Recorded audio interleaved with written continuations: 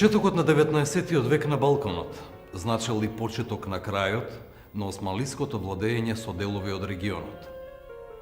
Во 1804 година започнало првото српско востание. Овој бунт бил организиран и изведен од страна на локалните српски кнезови. Востанието нема да успее. Србите не можеле да ги издржат османлиските налети во 1813 година и морале да го положат оружјето. Меѓутоа, воениот пораз на српските востаници наскоро бил заменет со триумф, 2 години подоцна, благодарение на изменетата политичка и воена карта на Европа. Србите повторно кренале востание со кое успеале да добијат автономија. На крајниот југ на Балканот, на Пелопонес, во март 1821 година избило уште едно востание. Така започнала грчката борба за независност. За разлика од настаните во Србија, грчката борба за независност мобилизирала голем дел од европската интелектуална елита. Фил-елинизмот, кој се појавил во Европа во 18-тиот век, ги донел резултатите. Постепено и европските влади започнале да се вмешуваат во грчкото востание. Покрај притисокот на фил-елените, пресуден бил политичкиот, економскиот и воениот интерес на одредени европски држави – Русија, Велика Британија и Франција.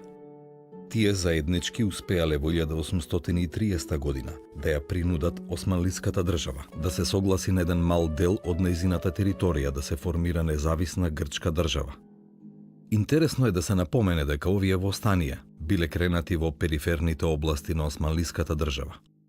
Извесен број на македонци земале активно учество во српските востанија. Малку е познато дека еден од првите српски пратеници во странство, Михајло Герман, бил по потекло од Османлиска Македонија. Тој бил пратеник во Влашка, Санкт Петерсбург и Цариград. Еден друг човек по потекло од Македонија, Петар Ичко, исто така оставил печат на српската историја. Тој успеал во 1806 година да склучи еден мировен договор со османлиската централна власт. Тој договор останал запаметен како Ичковиот мир. Петар Новаковиќ Чардаклија бил испратен на дипломатска мисија во руската престолнина Санкт Петерсбург. Учеството на македонците во грчкото востание било помасовно отколку во српското. Никола Атанас од Воден, Ставро Јоан од Охрид, Сотир Дамјановиќ од Битола, воденчанецот Ангел Гацо и неговиот син Мицо, кој подоцна станал генерал во грчката војска. Димитар Цами Караташо исто така учествувал во грчкото востание. Тој по создавањето на грчката држава станал и аѓутант на кралот Отон. Создавањето на независни и автономни балкански држави значило и почеток на формирање на балканските нации. Пред добивањето на државноста не можеме да говориме за постоење на посебни нации на Балканот. Пред новите државни власти постоел голем проблем – описменување на населението и изградба на национална свест. За таа цел биле формирани основни училишта, гимназии, а во Атина во 1837 година и универзитет. Треба да се нагласи дека Македонија, во почетната фаза од развојот на балканските нации, не можела да биде сметана како дел од национална територија. Кога е во прашање Грција, британскиот историчар Шенан Пекам забележал дека Македонија не била дел од аспирациите на новата држава. Во Србија исто така започнал процесот на создавање на нацијата. Еден голем српски историчар забележал дека и покрај користењето на зборот србин, се уште се користеле зборовите шумадинец, моравец и други. Во Грција, например, се воделе жестоки дискусии околу тоа дали современите грци биле наследници на античките хелени или пак биле ромеи, поточно наследници на Византија. Помеѓу грчките интелектуалци, непосредно по независноста, се водела голема дебата околу прашањето на припадноста на античките македонци. Поточно, дали тие припаѓале на античката грчка заедница или пак биле посебен народ.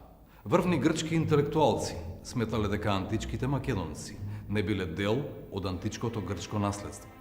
Еден влијателен интелектуалец, Јаковос Ризос Нерулос, Во еден свој говор, одржан на Атинскиот Акропол, изјавил: битката се случи кај Херонеја, во која победи Филип, уништувајќи ја елинската слобода. Меѓутоа Филип направи нешто пострашно. Тој го создаде Александар. Овие ставови само покажуваат каков бил односот на добар дел од грчките интелектуалци кон античка Македонија. Сепак, тоа се променило. Како што можеме да забележиме, Македонија не можела да биде дел од аспирациите на балканските земји за територијално проширување од многу едноставна причина. Во новите држави не биле јасни границите на тоа што се сметало за нација. Дали границите на нацијата биле оние на новите држави или пак тие биле далеку поголеми. Оваа состојба со текот на времето започнала да се менува. Интелектуалците и политичарите започнале да гледаат и надвор од границите на нивните држави. Случајно или не, во 1844 година се појавиле првите две големи национални идеи на Балканот. Начертанието на Гарашанин бил пишан документ кој се до почетокот на 19. век не бил познат во пошироката јавност. За разлика од него, грчката мегали идеја, голема идеја, не бил документ со јасни пропишани цели. Мегали идејата била само еден збор во говорот на Колетис од 14. јануари 1844 година, одржан во грчкиот парламент по повод дискусиите околу прашањето за тоа кој можел да биде сметан за грк и да има грчко државјанство. Интересно, ниту во говорот на Колетис, ниту пак во начертанието на Гарашанин, Македонија не била спомената. Меѓутоа, таа набргу станала дел од двете големи идеи. Македонија многу бргу станала најпосакуваниот дел од османлиската држава. Грчката кралица Амалија, сопруга на првиот грчки крал Отон, при една приватна средба била запрашана: Ваше Величество, која повеќе ја посакувате, Тесалија или Македонија? Кралицата без двоумење одговорила: Македонија. Грција и Србија, како што може да забележиме, биле двете балкански држави, кои први покажале интерес и аспирации за османлиска Македонија. Сепак, разликата помеѓу нив била голема. Грција била независна држава, а Србија се до 1878 година била автономно кнежевство во рамките на османлиската држава. Тоа се гледало и од делувањето на теренот.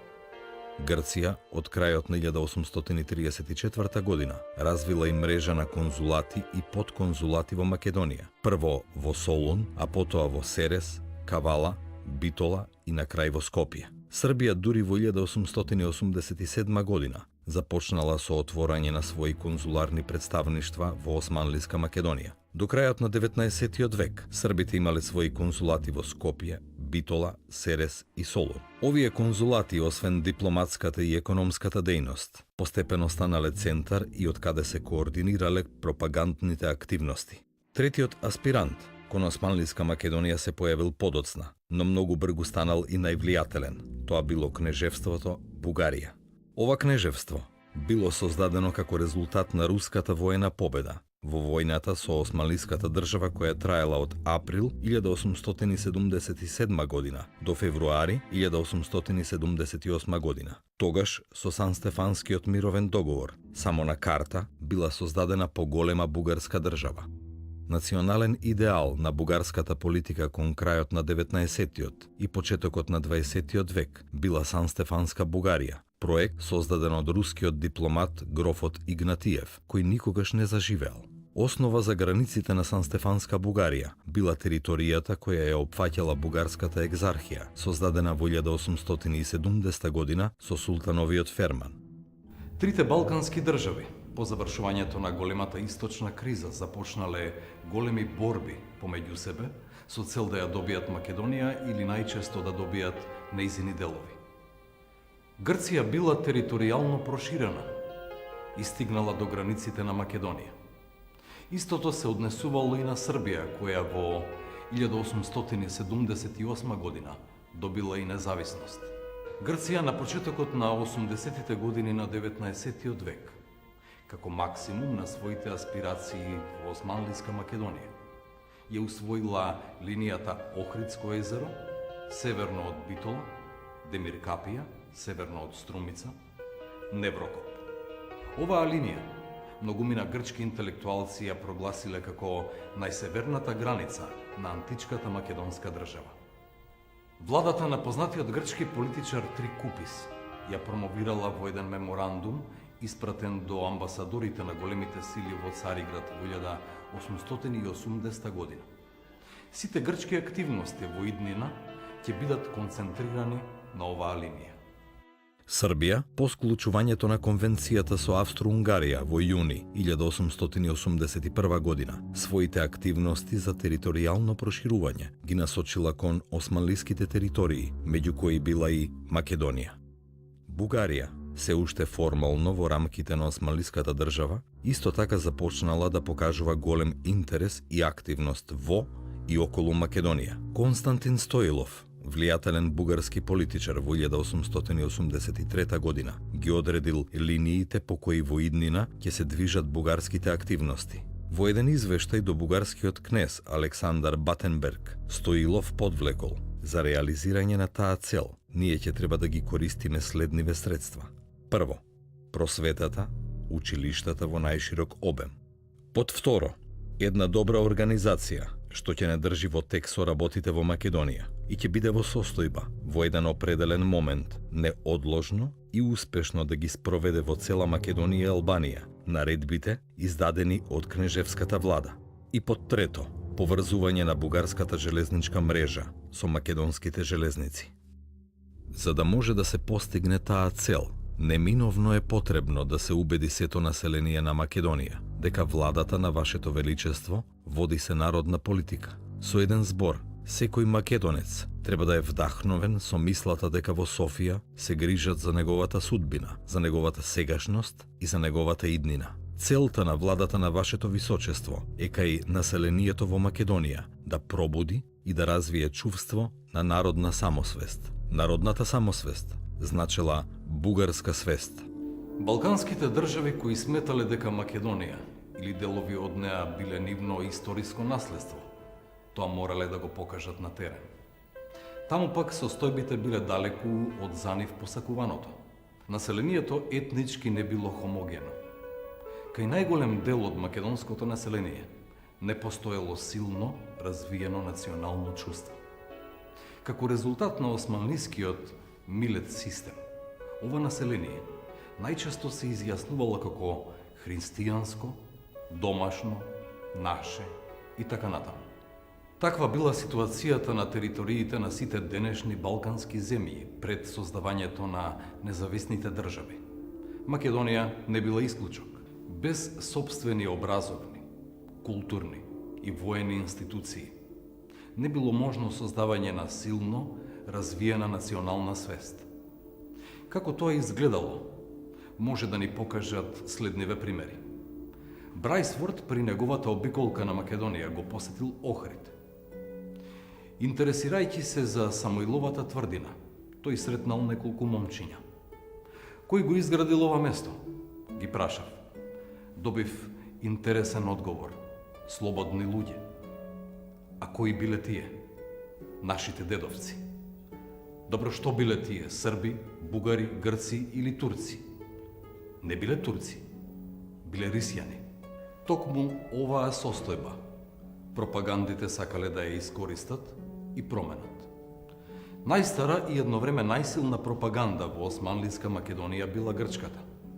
Тоа било и логично, имајќи предвид дека Грција била првата независна христијанска држава во регионот.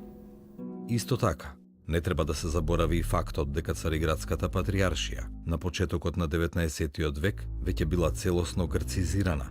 Пропагандните активности најчесто се одвивале преку образовните институции. Благодарение на реформите во османлиската држава, образованието се повеќе станувало световно.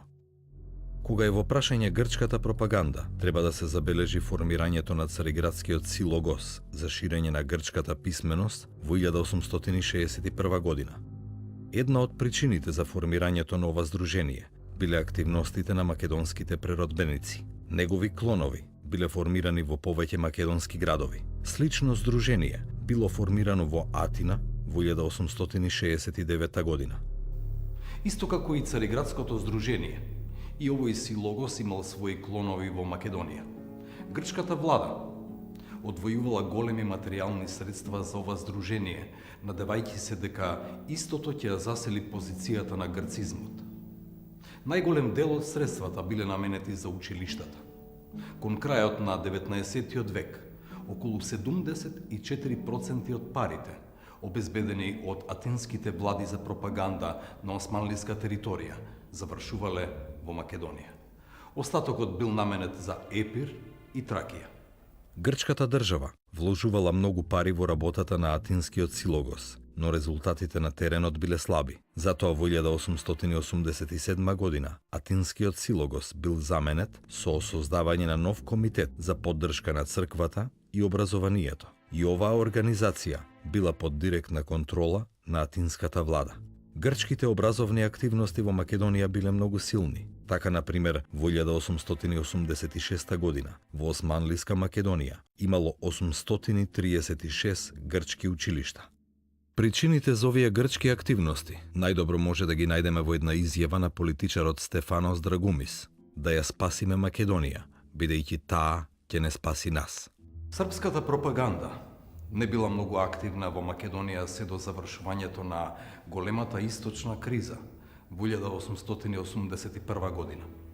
Тоа не значи дека претходно не постоеле организации и личности кои работеле на пропагирање на српските интереси во Османлиска Македонија. Творецот на начертанието, Гарашанин, во 60-тите години на 19-тиот век во Македонија го испратил Стеван Верковиќ со цел македонските словени при решавањето на источното прашање да се признаваат за словени, а не за грци. Во 1868 година во Белград било формирано првото српско пропагандно здружение, чија цел била Македонија. Името на ова здружение било Одбор за српски школи и учители во Стара Србија и Македонија. Сепак, српската пропаганда во Македонија своите посилни акции ги имала по 1881 година. Во Белград, во насока на координирање на активностите на српската пропаганда, било формирано Друштвото Свети Сава. Ова здружение било под директно раководство на српската влада. Србите биле свесни дека заостанувале со својата пропагандна активност. Постепено, училишта на српски јазик биле отворени во Кичево, Прилеп, Битола, Скопје, Поречието и на други места. Во споредба со бројот на училиштата на грчки јазик, оние на српски биле само 217 на почетокот на 20-тиот век. Бугарската пропаганда во Македонија била засилена по создавањето на кнежевството Бугарија во 1878 година. Бугарите се обидувале понекогаш умешно и успешно да ја искористат заедничката борба со македонците против Цариградската патријаршија. Создавањето на бугарската екзархија во 1870 година било многу значајно за влијанието на бугарската пропаганда во Македонија. Зад многу активности на екзархијата стоела владата во Софија. Од друга страна, екзархијата не била само бугарска црковна институција, туку и османлиска. Седиштето на екзархијата останало во османлиската престолнина Цариград. Многу бргу, бугарската влада преку екзархијата ја зголемила својата помош за училиштата на бугарски јазик во Македонија. Во 1886 година во Македонија имало 306 екзархиски училишта, а веќе во 1889 година над 800. Бугарската држава од самиот почеток настојувала да издействува од османлиската влада обнова и зголемување на бројот на екзархиските митрополитски седишта во Македонија. Во таа намера успевала со постепено зголемување на бројот на митрополиите. Така во периодот од 1890 до 1897 година екзархијата со помош на бугарската влада добила митрополитски места во Скопје, Охрид, Велес, Неврокоп, Битола, Дебар и Струмица. На тој начин биле засилени позициите на бугарската пропаганда. Кога е во прашање делувањето на бугарската дипломатија во Македонија, треба да се има предвид дека Бугарија не била независна држава. Затоа таа не можела да има своји конзулати во Османлиска Македонија. Тоа било заменето со отварањето на бугарските трговски представништва во Солун, Битола, Скопје и Серес. Овие трговски агентства ја имале истата функција како и српските и грчките консулати и тие биле во служба на пропагандата. Како дел од борбата за Македонија и пропагандата, неодменливи биле и картите, историски и етнолошки. Целта на создавањето на овие карти била едноставна. Преку нив се сакало да се покаже историското право врз Македонија, но и етничката распространетост. За македонците немало место на овие карти. Картографската војна околу Македонија започнала за времето на големата источна криза. Картата на германскиот географ и картограф Киперт, издадена во 1876 година, предизвикала силна грчка реакција. Грците сметале дека несоодветно било прикажано присуството на грчкиот елемент на оваа карта.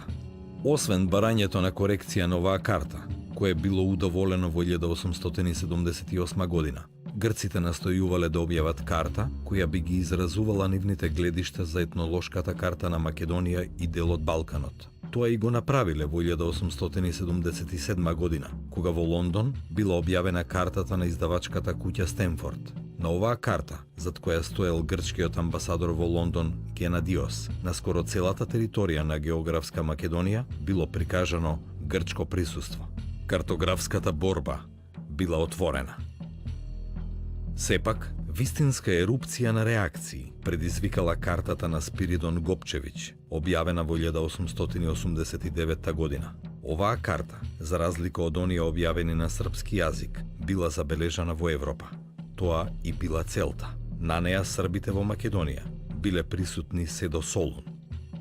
Во 1899 година била објавена картата на Николаидес. На неа грчкиот елемент како мнозинска етничка групација се простирал се до линијата Охридско езеро, северно од Битола, Демиркапија, северно од струмица Неврокоп. Една година подоцна и бугарската страна ги прикажала своите амбиции. Еден извонреден исследувач на употребите на историските, географските и етнографските карти во политички цели, кога е во прашање Македонија Вилкинсон, забележал: резултатот од појавата на картите на Гопчевиќ и Николаидес стана императив на појавата на тврдењата на бугарските извори, уште повеќе бидејќи интерпретацијата на картата на Мајнхарт го представуваше официјалното бугарско становиште. Според тоа, во 1900 година, како одговор на потребите на бугарското становиште, се појави картата Кънчев за етнографијата.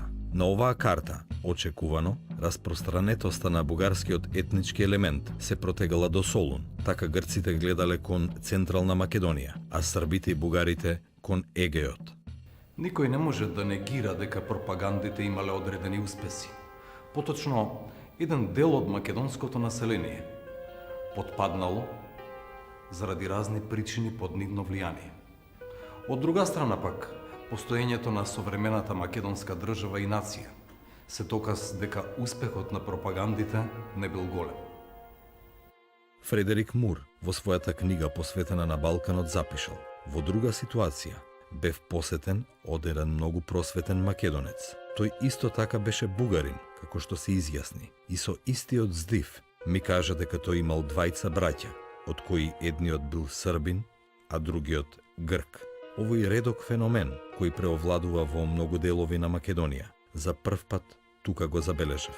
Јас бев збунет и го прашав како таква работа била можна. Македонецот се насмеа и ми објасни дека тој е од видно семејство и заради влијанието. Нивната конверзија значела дека србите му дале на еден од неговите браќа неколку лири за да стане србин, додека грците ги наддале со цена останатите цркви за другиот брат. Постоеле и примери кои ги покажувале неуспесите на пропагандите. Рускиот конзул во Битола Петраев, додека вршел обиколка на Костурскиот реон, заедно со Хилми Паша, забележал како локалното население се изјаснува во поглед на етничката припадност. Во Костурската каза дојдоа да не видат делегација од селата и изјавија дека не сакаат ни грчки, ни бугарски учители и свештеници. Инсистираат тоа да бидат македонци. Кога беа запрашани за нивната националност, одговорија дека се македонци. Овие изјави, кои воопшто не се изолирани појави, покажуваат дека на христијанското население од Македонија му е здодеано од притисокот на разните пропаганди и дека во неговите редови почнува да се буди национална свест, поинаква од оние што му се наметнуваат однадвор. Слична забелешка имал и Ален Апворд на вториот ден од мојот престој во Воден. Отидов на екскурзија со господин Калопотакис во две села. Во Владово, првото село, побарав да го повикаат човекот кој изгледа беше водечки човек на тоа место и тој дојде во стражарската куќичка и слободно одговори на моите прашања во присуство на еден турски капетан. Прашав на кој јазик зборуваат тие, а мојот грчки преведувач невнимателно преведе на бугарски, а човекот всушност рече македонски. Јас го свртев вниманието кон тој збор и сведокот објасни дека тој не го смета селскиот дијалект што се употребува во Македонија за ист со бугарскиот јазик и одби да го нарече со тоа име. Тоа беше македонски, збор што тој го изговараше во неговата словенска форма, македонски. Балканските држави со своите пропаганди, неретко поддржани од османлиските власти, действувале да го спречат процесот на сопствена, национална идентификација преку црковните организации, во чии рамки се одвивал севкупниот верски и просветен живот, согласно Милет системот. Оттаму не треба да изненадува што патриаршистите биле грци, подоцна со постигнувањето на договор меѓу патриаршијата и србите, дел од нив станувале срби, а екзархистите биле сметани за бугари. Затоа забавено се одвивал процесот на национална еманципација. Тоа пак не значило дека помеѓу македонското население не се јавувал стремеж за слобода, исто како и кај останатите народи во регионот, и во Македонија биле кревани востанија со една цел – ослободување од османлиска власт и создавање на македонска држава. Само државата со своите институции можела да го доврши процесот на создавањето на македонската нација. Пропагандите биле само еден дел од начините и методите како балканските земји да ги засилат своите позиции во османлиска Македонија. Балканските држави кои имале аспирации кон Македонија биле свесни за својата реална моќ. Нивните економии не биле силни, а со тоа и моќта на нивните армии не била доволно голема за да се справи со османлиската воена сила. Султановата армија, која во 1912 година ќе биде поразена од Здружените балкански воени сили во 19. век, се уште била многу посилна од било која друга војска во регионот. Затоа, не чудат и обидите за спогодување помеѓу Србија, Бугарија и Грција за поделба на Македонија на интересни сфери. Преговорите започнале уште во 60-тите години на 19. век. Амбициите на малите балкански држави биле поголеми од реалните можности. Како времето поминувало, се повеќе станувало јасно дека договор за поделба на Македонија на интересни сфери помеѓу трите балкански држави бил тешко остварлив. Во историјата секогаш постојат две страни, две гледишта кои не одговараат едни на други. Точно е дека трите православни држави ја гледале Македонија целосно или барем делови од неа како на своја идна територија. Сепак, исто така е точно дека истакнати општествени и политички дејци во балканските држави биле свесни за националната посебност на македонците. Видниот српски политичар, државник, дипломат и историчар Стојан Новаковиќ во 1888 година напишал: Најпосле, постои уште една појава која не може да се испушти предвид. Тоа е стремежот на македонскиот народ да остане сам за себе, кој бара пат по средината на сите горе споменати стремеши. И оваа тенденција почнаа да се буди, особено од спротивностите меѓу бугарскиот и македонскиот говор и меѓу бугарскиот и македонскиот карактер. Од времето кога бугарската пропаганда почна со голем притисок и острина да удира врз македонските особености во името на панбугаризмот. Новаковиќ не бил единствениот српски политичар кој бил свесен за состојбите во Македонија. Поранешниот српски крал Милан Обреновиќ во разговорот со Шишманов Бугарскиот представник во Париз во 1899 година забележал дека Македонија била посебна словенска област која не била ниту бугарска, ниту српска. Еден врвен бугарски интелектуалец, Петар Драганов, во едно негово дело за етнографијата на македонските словени во 1888 година напишал: Располагајќи со сето ова, словенската филолошка наука би била во состојба еднаш и за секогаш да го разреши македонскиот јазичен спор и безпристрасно да пресуди што во овие три македонско-словенски зборници му припаѓа на бугарското наречје, што на српското и сосема природно, што е она кое не му припаѓа ниту на српското, ниту на бугарското, туку составува собственост само на одделното, самобитното македонско наречје. Во еден разговор со српскиот дипломатски представник во Цариград Владан Ѓорѓевиќ од 6 април 1896 година, бугарскиот кнез Фердинанд забележал: во Македонија главната маса од населението ниту се бугари, ниту срби, туку словени и христијани кои зборуваат јазик подеднакво далечен, или ако сакате подеднакво близок на српскиот и на бугарскиот јазик, но јазик кој е посебен дијалект, ако не и посебен јазик. Грчките интелектуалци не биле исклучок.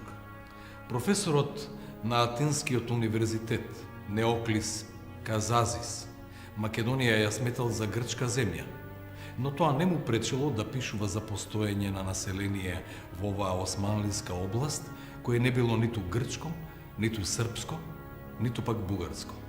Тој во своите дела пишувал за постоење на славомакедонски дијалект во Македонија, кој не бил дел од бугарскиот јазик. Еден од организаторите на грчката воена акција во Македонија по Илинденското востание, Павлос Мелас, во своите писма до сопругата Наталија, локалното население го нарекува македонско, не мислејќи при тоа дека истото е грчко. Во 19. век, балканските држави повеќе посветувале внимание на образовната и црковната пропаганда во Македонија. Вооружениот дел бил оставен за подоцна, а патот веќе бил подготвен.